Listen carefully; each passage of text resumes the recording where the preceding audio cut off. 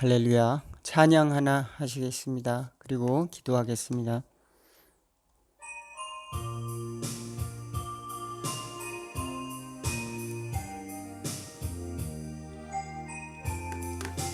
우물가의 여인처럼 난 구했네. 우물가의 여인처럼 난 구했네. 헛되고 헛된 것들을 그때 주님 하신 말씀, 내 세매와 생수를 마셔라. 오 주님 채우소서. 나의 잔을 높이 듭니다. 하늘 양식 내게 채워주소서. 넘치도록 채워주소서. 많고 많은 사람들이 찾았었네. 헛되고 헛된 것들을 주님 안에 감추인 보배, 세상 것과 난 비길 수 없네. 오 주님 채우소서. 나의 잔을 높이 듭니다. 하늘 양식 내게 채워주소서. 넘치도록 채워주소서. 내 친구여 거기서 돌아오라. 내 주의 넓은 품으로 우리 주님 너를 반겨 그 넓은 품에 안아주시리. 오 주님 채우소서. 나의 잔을 높이 듭니다. 하늘 양식 내게 채워주소서. 넘치도록 채워주소서. 채우소서. 나의 잔을 높이 듭니다. 하늘 양식 내게 채워주소서. 넘치도록 채워주소서. 기도하시겠습니다. 하나님 우리 아버지 감사합니다. 오늘 또 하나님의 말씀을 듣고자 저희들의 마음을 가다듬고 또 성경에 있는 말씀에 귀를 기울일 수 있는 마음의 여유와 또 하나님을 찾고자 하는 저희들의 목마름 또 주시니 감사옵나이다. 하나님의 생수를 허락하여 주시고 하나님의 빛을 허락하여 주시사 저희들의 마음이 시원하고 저희들의 마음이 어둠에서 깨어나 하나님의 나라의 빛을 경험할 수 있는 귀하고 복된 길로 이 시간도 인도하여 주옵소서. 부족하고 연약한 우리들의 삶 속에 찾아오신 주님, 시간도 부족한 종에게 은혜를 더하여 주시사 하나님의 말씀이 잘 듣는 자의 귀 속에 마음 속에 들어갈 수 있도록 인도하여 주시고 또 하나님의 나라를 사모하는 마음이 다시금 일어나는 저희들이 되게 도와주시고 그 나라의 자녀로서 살아갈 수 있는 저희들이 될 수 있도록 인도하여 주시고 붙잡아 주옵소서. 예수님의 이름으로 기도하옵나이다. 아멘. 하나님의 말씀을 잠깐 봉독해 올리겠습니다.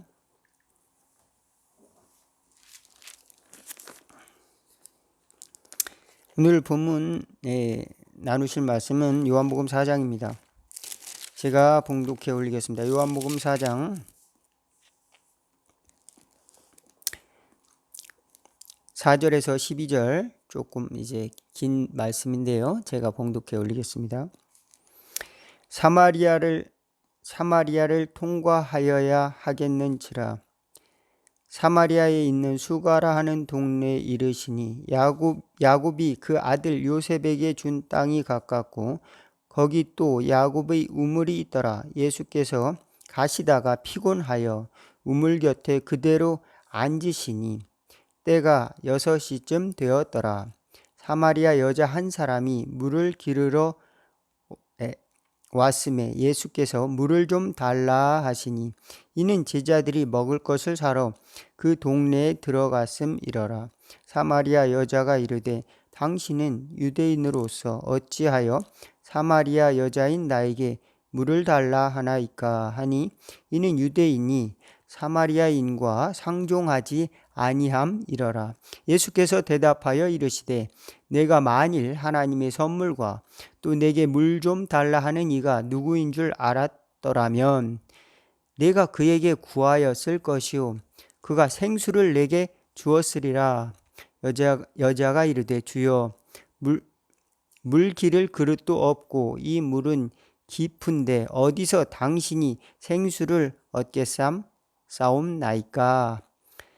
우리 조상 야곱이 이 우물에서 우리에게 주셨고 또 여기서 자기와 자기 아들들과 짐승이 다 마셨는데 당신은 야곱보다 더 크니까.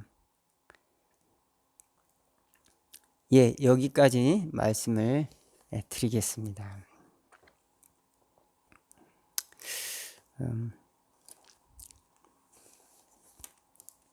예전에 코미디 프로그램에서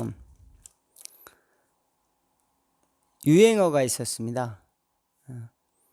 그럼 소는 누가 키워 하는 유행어였죠. 소는 누가 키워 라고 하는 유행어였습니다. 예전에 농사를 짓던 분들은 다 그 의미를 알 것입니다. 왜냐하면 농사를 짓는 데 있어서 소는 굉장히 중요한 일꾼이면서 또 가족이었습니다. 소가 있어야 밭을 갈고 또 소가 있어야 짐을 날릴 수가 있었습니다. 오늘날과 같이 다 이제 오늘날도 소를 키우는 것은 상당히 중요한 일이지만 과거에는 뭐 자동차도 많지 않았고 또 농기계도 그렇게 마을마다 이렇게 흔하게 있지는 않았었습니다. 그러므로 소가 하는 일들이 굉장히 중요했죠. 그래서 저도 어렸을 때 소 밥을 많이 주었습니다.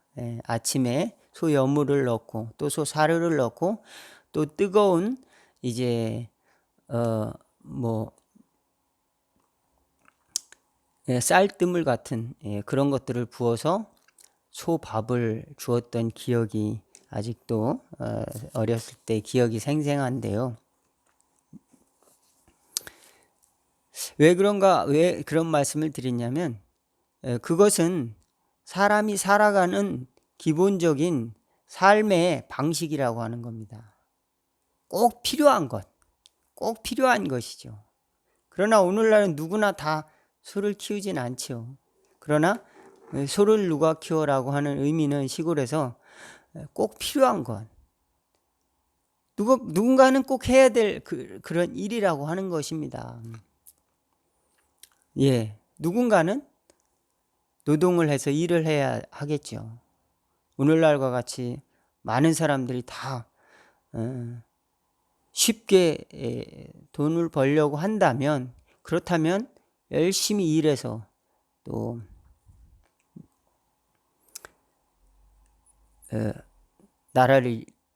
나라에 뭐 이제 도움을 주었던 나라의 또 가정의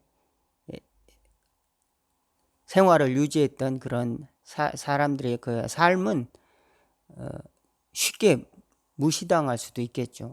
저 사람들은 금방 이렇게 돈을 버네. 나는 열심히 일해서 이렇게 살았는데. 되게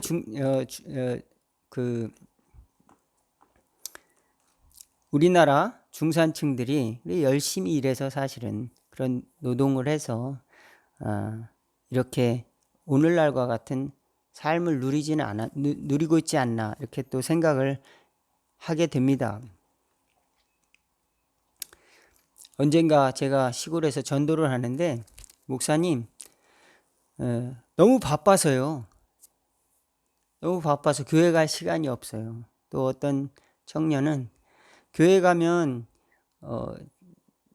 취직시켜준다고 하면 교회 갈게요. 이렇게 하는 겁니다. 기본적으로 먹고 살아야 하는 삶의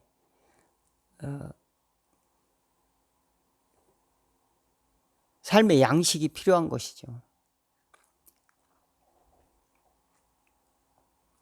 예, 오늘 본문에 수가성 여인도 기본적으로 삶에 필요한 양식이 있었습니다. 삶에 필요한 것이 있었습니다. 그것은 바로 물을 구하는 것이었습니다. 오늘날에는 다 수도가 있었지만 옛날에는 우물에서 물을 떠서 식수를 해결했죠.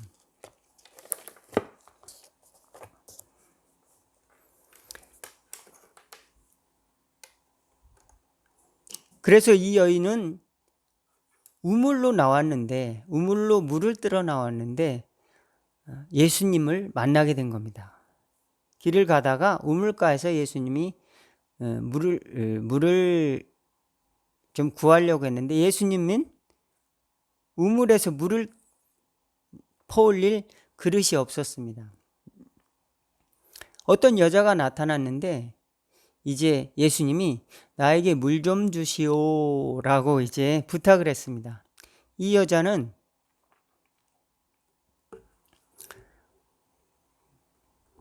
당신은 유대인 여자로서 사마리아인 여자인 나에게 어찌하여 물을 달라고 하시오 이렇게 이야기를 하는 것입니다. 왜냐하면 당시 유대인들은 사마리아 사람들하고 상종조차를 하지 않았던 것입니다. 사마리아인과 특히 여자를 귀하게 여기지도 않았던 때에 특히 사마리아인과 대화도 하지 않는 중에 남자가 여자에게 왜 물을 달라고 그렇게 요구하십니까? 예, 어찌 보면 당돌한 표현일 수도 있습니다.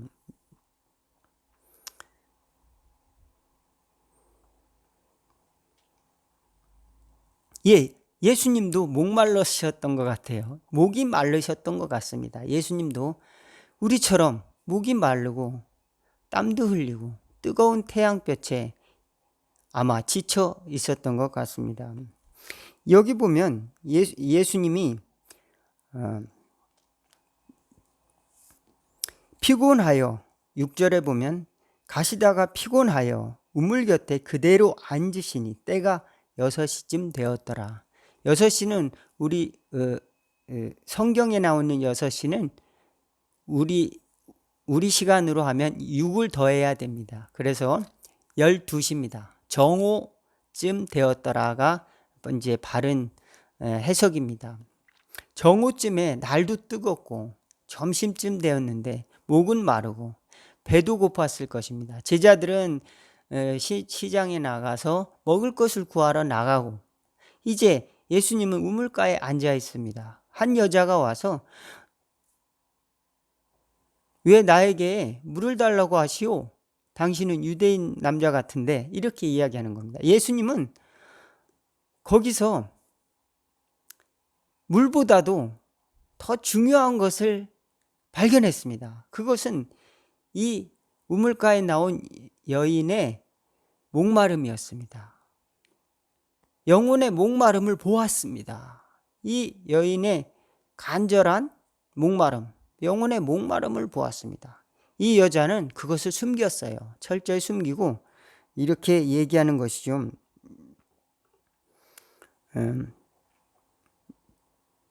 쉽게 말하면 당신이 누군데 나에게 물을 달라고 하시오. 예수님께서 이렇게 이야기합니다. 만일 나에게 물을 내가 누군 줄 내가 알았다면 나에게 생수를 구했을 것이다. 그리고 그가 너에게 생수를 줄 것이다. 이렇게 얘기했어요. 이 여자가 좀 약간 이상한 사람이 아닌가. 이 우물은 깊고 당신은 물을 풀 그릇도 없는데 당신이 어떻게 나에게 생수를 준단 말입니까? 이 우물은 우리 조상 야곱이 만든 것입니다. 당신이 조상이 판 그 야곱의 우물, 그 앞에서 조상님보다 큰 우물을 만들 수 있어서 당신이 나에게 물을 준단 말입니까? 당신이 도대체 무엇이란 말인가? 당신이 야곱보다 큰 존재란 말인가요? 이렇게 이제 공격합니다. 엄청난 공격이죠. 예수님은 거기서 주눅들지 않고 그 여자에게 다가갑니다. 다시 말하고 있는 겁니다. 내가 주는 물은 내가 주고자 하는 물은 이 잠깐 갈증을 해소하는 물이 아니라 영원히 목마르지 아니한 물이야. 그렇게 이야기했습니다. 그러니까 이 여자가 다시 공격합니다. 이 사마리아인 여자가 그럼 당신이 나에게 그 물을 좀 주세요. 나는 다시 여기에서 물을 떠오러 오지 않기를 원합니다. 나는 여기 물 뜨는 일이 힘들어요. 그러니까 나에게 그 목마르지 않은 물을 주세요. 이 여자는 강하게 예수님을 공격하는 것이죠. 나는 물 들어오기 싫어요. 당신이 나에게 생수를 준다며 그러면은 나에게 그걸 줘봐. 얼마나 당돌합니까? 그러니까 자세히 보면은 여기에는 존댓말로 쓰였지만 내용의 핵심인즉 예수님에게 증거를 요구하는 겁니다. 당신이 그 정말 줄 수 있다면 줘보시오. 그러니까 예수님께서 그에게 그의 깊은 영혼의 갈증을 아시고 너의 남편을 데리고 와라 그랬습니다. 그러니까 여자가 다시 한번 다시 한번 공격을 합니다. 방어이자 공격을 합니다. 나의 남편 없어요. 딱 이렇게 얘기합니다. 당신 가짜 아니야? 다시 공격을 하는 겁니다. 그러니까 예수님이 거기서 지지 않습니다. 내가 가만히 보니까 너는 6 남자와 살았어. 그리고 지금 있는 남자도 진짜 내 남편은 아니구나. 그러므로 내가 남편이 없다고 한 말도 진실이구나. 이렇게 얘기를 했습니다. 그러니까 이 여자가 나를 알아? 나를 알아? 여기서 철저히 예수님을 공격하고 방어했던 방어 진지가 1차 무너집니다. 그리고 다시 2차 공격에 들어갑니다. 2차 공격에 들어갑니다. 이제 육신의 방어가 무너지고 이제 정신적인 방어로 예수님께 질문을 하기 시작합니다. 그것이 요한복음 4장에 예수님과의 대화에서 아주 기가 막히고 드라마틱한 대화의 장면으로 이어집니다.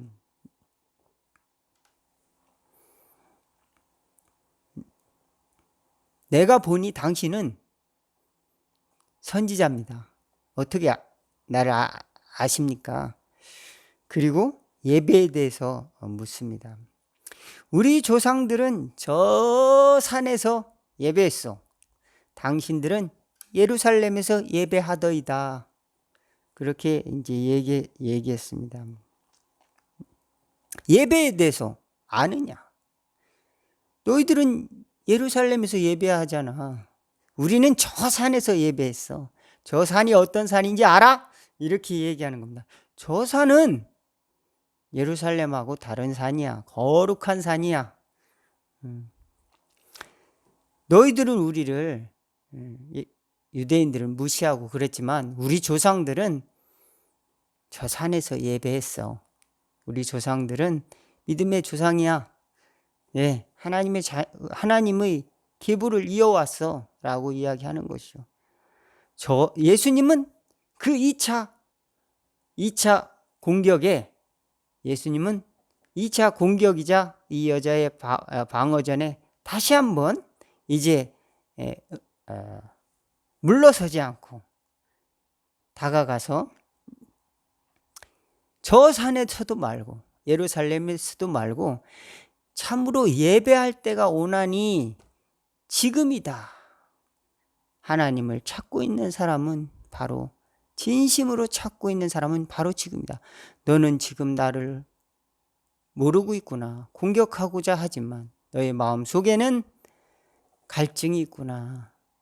하나님을 향한 그런 애타는 소원이 있구나. 예수님이 그것을 보고 계시지 않나. 저는 그렇게 또 생각을 하고 있습니다. 여기 보니까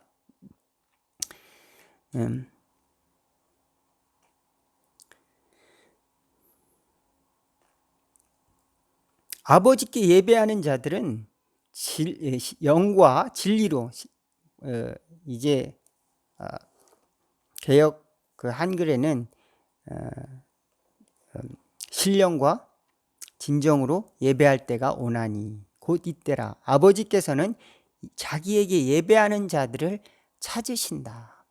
너는 예배에 관해서 관심을 갖고 있구나. 그럼 예배는 저 산도 아니요, 예루살렘도 아니야, 이 교회가 아니고 저 교회도 아니야. 바로 우리 여기 삶의 현장에서 하나님을 만날 수 있어. 네가 있는 곳도 거룩한 곳이야. 하나님을 찾는 그곳이 하나님이 아시는 곳이야. 예수님은 그 영혼의 그 목마른 것을 간파하시고 그렇게 말씀을 하고 있습니다. 아, 그렇구나.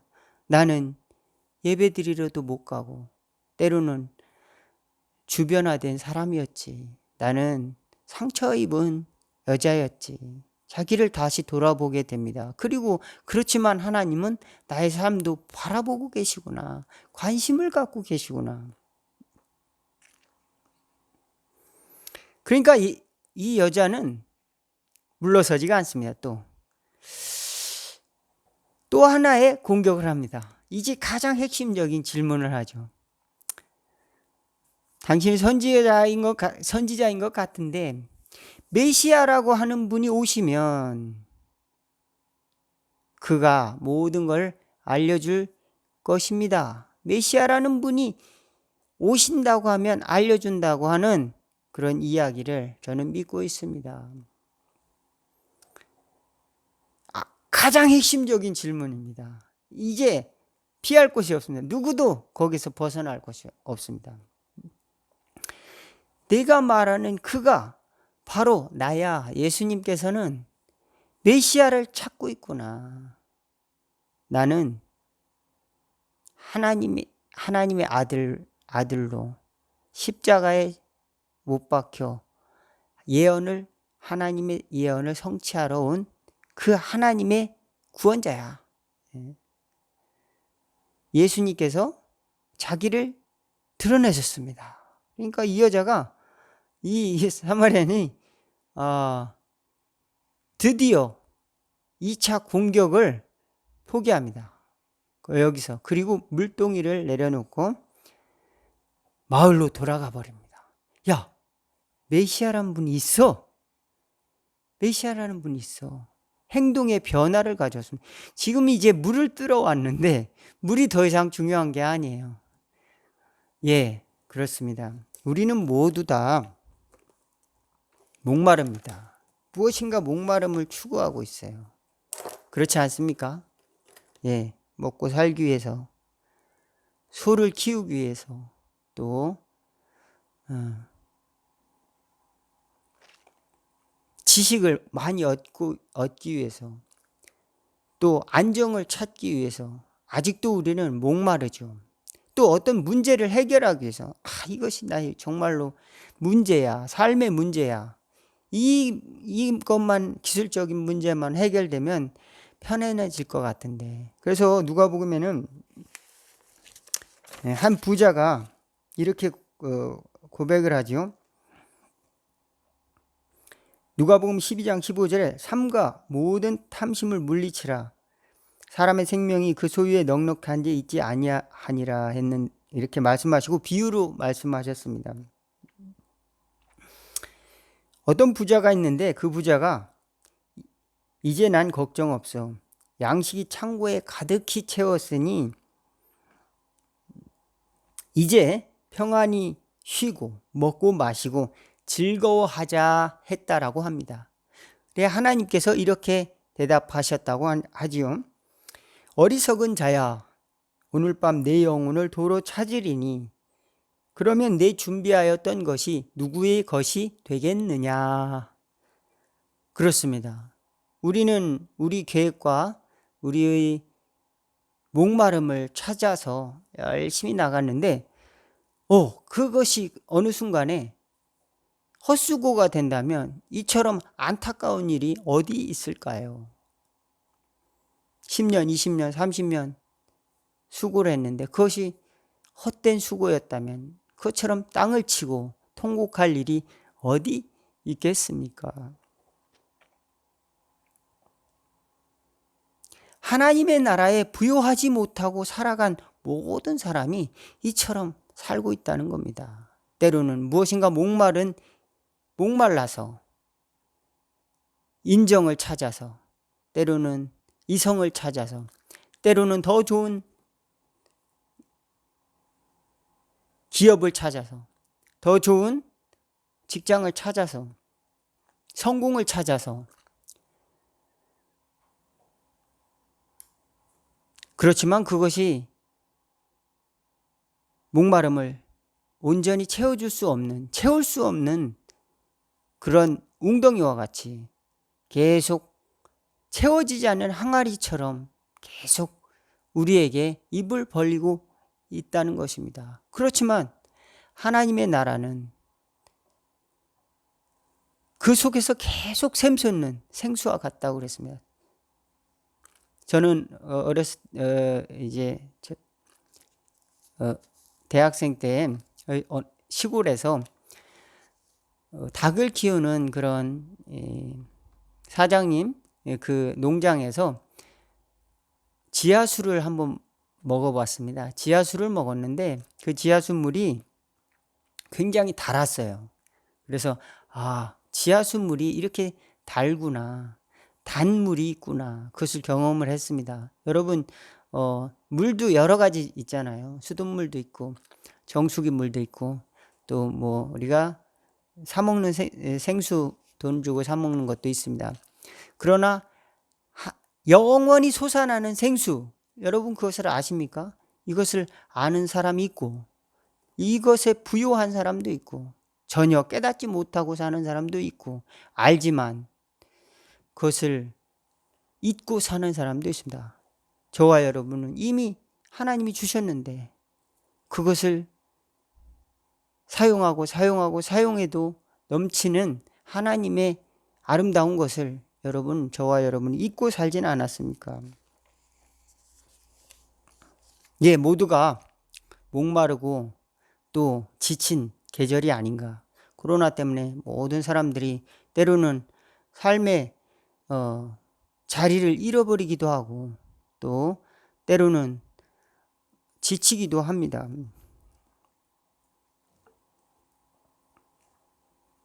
어떤 사람은 행복에 목마르고 어떤 사람은 먹고 사는 것에, 기초적인 것에 목마르기도 합니다. 그래서 예수님을 만나도 이 여인처럼 계속 방어하고 공격하고, 예수님, 당신이 누구야? 나에게 왜 말을 걸어? 내가 누군지 알아? 만약 제가 그런 대우를 받았다면 당신 어디서 왔어? 당신이 누구야? 나 어느 교회 목사인데요. 여기 큰 교회 우리 동네 목사님 있어. 그분이 누군지 알아? 그래요. 그분도 모르면서 어떻게 목회한다고 그래? 목사한다고 그래? 나는 그 교회 다녔어, 옛날에. 난 요새 안 다닐 거야. 왜냐하면 바쁘거든.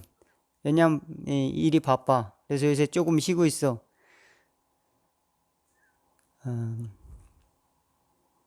나에게 뭘 도와줄 수 있어, 당신이? 전도하다 보면 이런 일들을 많이 경험을 해요. 작은 교회일수록 어쩌면 힘들고 어려운 사람들이 구체적으로 도움을 요청하러 옵니다. 직접적으로 목회자에게 다가와서 난 이런 것이 어렵습니다 라고 아주 이야기를 하죠. 어떤 때는 제가 죄송할 때가 있습니다. 죄송합니다. 제가 도와줄 수 있는 것이 이것밖에 없네요. 제가 도와줬는데도 더 부족한 사람들이 있더라고요. 때로는 제가 저도 했던 빚이 있을 때가 있습니다. 그랬을 때 카드, 현금 카드로 이제 돈을 찾아서 오늘 당장 잘 곳이 없는 사람도 있어요. 갈 데가 없는 사람도 있더라고요. 그래서 관심을 갖고 이렇게 도와준 적이 있었는데 끝도 없습니다. 끝도 없이 갈증이 채워지지 않는 것이 우리 삶의 모습이 아닌가. 저도 하나님께 기도했죠. 하나님, 저 사람을 도와주셔야 되겠습니다. 하나님이 도와주세요. 제가 할 수 있는 일은 참 작은 것뿐입니다. 이렇게 기도합니다.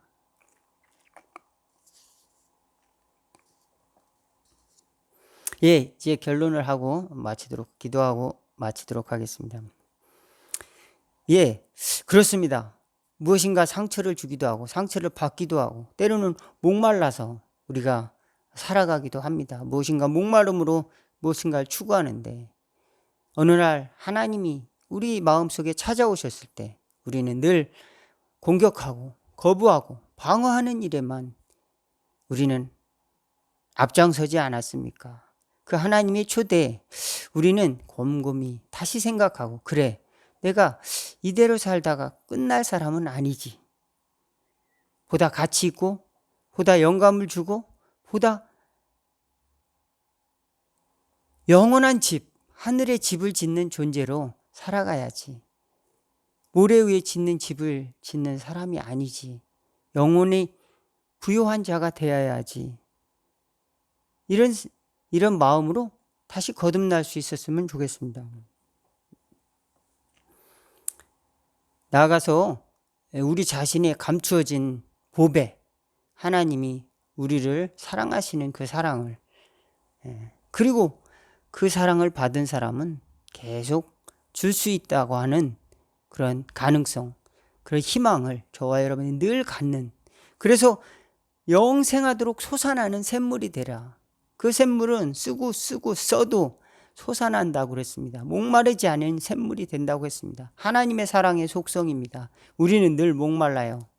사랑에 목마르고 사람들의 인정에 목마르고 또 우리 자신의 욕망에 목마릅니다. 하나님이 주시는 선물, 하나님이 주시는 은혜의 선물 앞으로 나아가는 저와 여러분, 예수님도 목마르셨지만 그보다 더 중요한 것은 영혼이 지옥 가는 그 영혼의 목마름을 오늘 요한복음 4장에서 우리에게 가르쳐 주고 있습니다. 우리 자신이 목마를 때 주님은 육신의 몸을 입고 오셔서 찾아오셔서 그 목마름보다 더 중요한 것, 하나님의 나라에 대한 목마름으로 세상을 이기고 승리하는 저와 여러분 다 되기를 주의 이름으로 축원을 드리겠습니다. 기도하겠습니다. 하나님 우리 아버지, 때로는 먹고 사는 것이 너무 힘들어서 목마릅니다. 주님, 때로는 용서받지 못하고 거절당하여서 인정받지 못함으로 목마릅니다.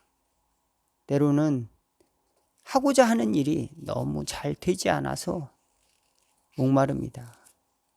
그러나 우리 같은 목마른 사람들에게 예수님께서 뜨거운 낮에 찾아오셔서 영원히 솟아나는 생수를 주시겠다고 하시는 그 말씀을 다시 가슴에 담을 수 있도록 도와주고 하늘에 부요한 사람으로 거듭날 수 있도록 도와주옵소서. 우리 삶이 어디 있든지 간에 주님은 예배할 수 있다고 말씀해 주셨습니다. 때로는 사람들이 보기에 초라하고 때로는 사람들이 인정하지 않아서 사람들이 오지 않는 낮에 물을 들어간 여인처럼 저희들도 때로는 혼자 고민하고 힘들고 괴로워할 때도 있습니다. 예수님은 그곳에 찾아오셔서 하나님의 나라의 비밀을 가르쳐 주기를 원하십니다. 주님, 그 비밀을 나도 얻게 하여 주시고 하나님의 나라의 자녀로서 용서받은 또 하나님의 자녀로서 거듭나는 삶을 살아갈 수 있도록 또 구원받은 인생으로 축복의 인생으로 살아갈 수 있도록 또 생수가 솟아나는 그런 의미 있는 삶을 살아갈 수 있도록 인도하여 주옵소서. 예수님의 이름으로 기도하옵나이다. 아멘. 주기도문으로 예배를 마치도록 하겠습니다. 하늘에 계신 우리 아버지여, 이름이 거룩히 여김을 받으시오며 나라가 임하옵시며 뜻이 하늘에서 이루어진 것 같이 땅에서도 이루어지리다. 오늘날 우리에게 일용할 양식을 주옵시고 우리가 우리에게 죄 지은 자를 사하여 준 것 같이 우리 죄를 사하여 주옵시고 우리를 시험에 들게 하지 마옵시고 다만 악에서 구하옵소서. 나라와 권세와 영광이 아버지께 영원히 있사옵나이다. 아멘. 감사합니다.